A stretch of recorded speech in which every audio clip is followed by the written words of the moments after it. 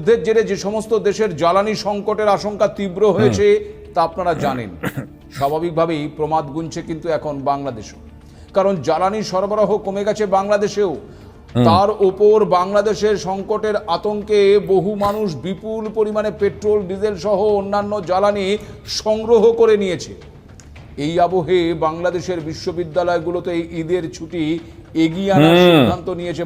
बांग्लादेश ने जिस तरह से ये जंग के दिनों में बांग्लादेश ने सरवाइव किया है, ऑयल क्राइसिस के ऊपर काबू पाया है, तो अब हिंदुस्तानी मीडिया, वेस्ट बंगाल का मीडिया दोस्तों बांग्लादेश की तारीफ करने पर मजबूर हो गया है। साथ में बांग्लादेश की तो तारीफ कर रहे हैं, लेकिन साथ में वो कह रहे हैं कि देखें हिंदुस्तान ने भी इसके ऊपर बड़ी अच्छी तरह फॉरेन पॉलिसी अपनाते हुए, जिस तरह से बांग्लादेश ने यानी ऑयल क्राइसिस के ऊपर काबू पाया, ईरान के साथ बड़े अच्छे ताल्लुकात को अपनाया। यानी अब आप देखें वो हिंदुस्तान जो बांग्लादेश के खिलाफ बातें करता हुआ थकता नहीं था, अब वो ही बांग्लादेश की तारीफ कर रहा है। साथ में ये भी कह रहा है कि देखें अब तो नई हुकूमत आई है, हिंदुस्तान बांग्लादेश के जो ताल्लुकात हैं वो बहुत बेहतर हो रहे हैं। यानी इस तरह से वो बात कर रहे हैं कि भाई अब दोनों मुल्क जैसे एक हो गए हों, इस तरह वो शो करवाने की कोशिश कर रहे हैं। ये तो भाई अब बांग्लादेश ही फैसला करेंगे। आपने कमेंट सेक्शन में बताना है, क्या वाकई आप एक हो गए हो?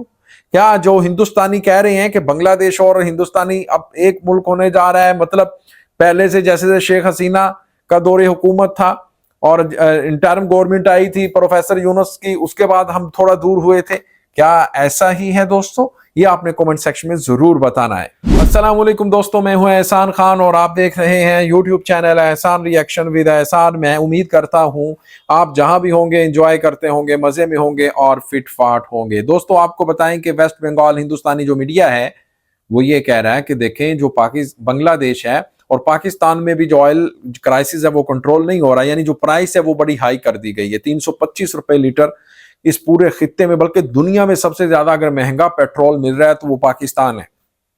तो वो कह रहे हैं कि देखें बांग्लादेश में प्राइस हाई नहीं हुई, कंट्रोल है पेट्रोल क्राइसिस के ऊपर, क्योंकि ईरान ने अपनाए हुर्मत से बांग्लादेश के जो ऑयल टैंकर्स हैं वो गुजरने दिए। और इसी तरह जो हिंदुस्तान के अंदर भी ऑयल क्राइसिस कंट्रोल है, ये हिंदुस्तानी वेस्ट बंगाल का मीडिया दोस्तों कह रहा है। और भी बहुत कुछ कह रहे हैं कि देखें अगर जरूरत पड़ी तो हिंदुस्तान भी बांग्लादेश को ऑयल दे देगा। ओ भाई, मुंह में वो कहते हैं ना राम राम, बगल में छुरी मुंह में राम राम। यानी इस तरह के जो दोस्त हैं, दुश्मन होने की जरूरत नहीं है। इस तरह के दोस्त जो होते हैं वो दुश्मन के रूप में होते हैं, यानी हिंदुस्तान जैसे। क्या कुछ नहीं किया हिंदुस्तान ने बांग्लादेश के साथ। अब जैसे ही नई हुकूमत आई है, नई हुकूमत के साथ असल में ये चाहते हैं कि हम अपनी मर्जी के फैसले करवाएं। दोस्तों इसी के ऊपर एक वीडियो क्लिप है, वो देखेंगे, फिर हम इसके ऊपर बात करेंगे।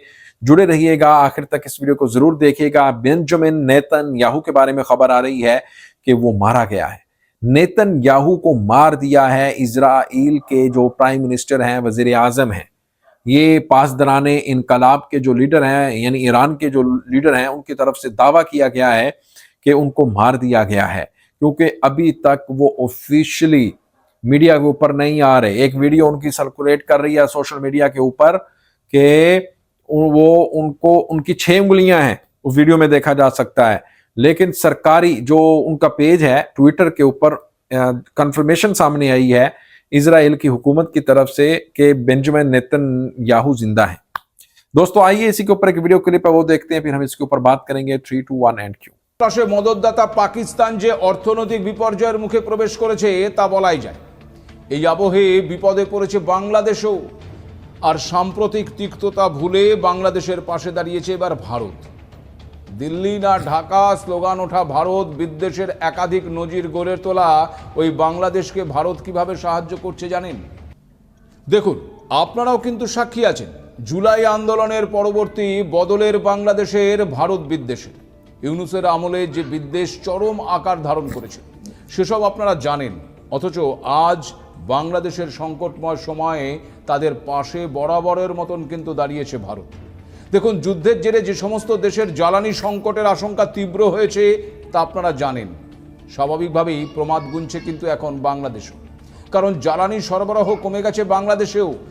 তার ওপর বাংলাদেশের সংকটের আতঙ্কে বহু মানুষ বিপুল পরিমাণে পেট্রোল ডিজেল সহ অন্যান্য জ্বালানি সংগ্রহ করে নিয়েছে। এই আবহে বাংলাদেশের বিশ্ববিদ্যালয়গুলোতে ঈদের ছুটি এগিয়ে আনার সিদ্ধান্ত নিয়েছে বাংলাদেশ সরকার। শুধু বিশ্ববিদ্যালয় বন্ধ করা নয়, দেশের জ্বালানি ভাণ্ডার সংরক্ষণ করতে বেশ কিছু পদক্ষেপও করেছে তারেক রহমানের সরকার। সরকারের তরফে বলা হয়েছে যে দিনের বেলায় পর্যাপ্ত প্রাকৃতিক আলো থাকলে বৈদ্যুতিক আলো ব্যবহার যেন না করা হয়। এছাড়াও অফিসগুলোতে বৈদ্যুতিন ব্যবস্থা ব্যবহারের হ্রাস টানার কথা বলা হয়েছে। পাশাপাশি এসি ব্যবহারও সীমিত করে বিদ্যুৎ সঞ্চয়ের পরামর্শ দিয়েছে বাংলাদেশ সরকার। তেল সংকটের মোকাবেলায় বাংলাদেশে বাইকে 2 লিটার এবং ব্যক্তিগত গাড়িতে 10 লিটার করে তেল দেওয়ার নিয়ম চালু হয়েছে। ঠিক এই আবহে গত সপ্তাহেই বাংলাদেশের অর্থমন্ত্রী আমির খসরু মোহাম্মদ চৌধুরী ঢাকায় কর্মরত ভারতের হাই কমিশনার প্রণয় ভার্মার কাছে জ্বালানি সংকটে ভারতের সহযোগিতা চেয়েছেন। কারণ মুসলিম প্রধান দেশ এবং একই সঙ্গে রমজান মাস চলায় অতিরিক্ত বিদ্যুতের প্রয়োজন মেটাতে প্রয়োজন বাড়তি জ্বালানির। বাংলাদেশের আবেদনে সাড়া দিয়ে সেই ভয়ঙ্কর পরিস্থিতিতে বাংলাদেশকে 1,80,000 টন ডিজেল দিচ্ছে ভারত, যার মধ্যে মঙ্গলবারই 5,000 মেট্রিক টন ডিজেল পাঠানো হয়েছে অসমের নুমালীগড় তেল শোধনাগার থেকে। পাইপলাইনের মাধ্যমে যাবে এই ডিজেল। এবার বাংলাদেশের ভারত বিদ্বেষীরা কি বন্ধু শত্রু চিনতে পারবেন, নাকি যাদের 9 হয় না তাদের 90ও হবে না? যাই হোক, এই আবহে ভারত কি পদক্ষেপ নিচ্ছে সেটাও একটু আপনাদেরকে জানিয়ে রাখা দরকার। দেখুন, এ কথা ঠিক যে মধ্যপ্রাচ্যের যুদ্ধের পরোক্ষ প্রভাব ইতিমধ্যেই কিন্তু আমাদের ভারতীয়দের ওপর পড়তে শুরু করেছে। জানা গেছে মুম্বাইয়ের অন্তত 20% হোটেল বন্ধ হয়ে যেতে পারে। এমনই একই ছবি কিন্তু আবার ধরা পড়েছে চেন্নাই, বেঙ্গালুরুর মতন শহরগুলোতেও।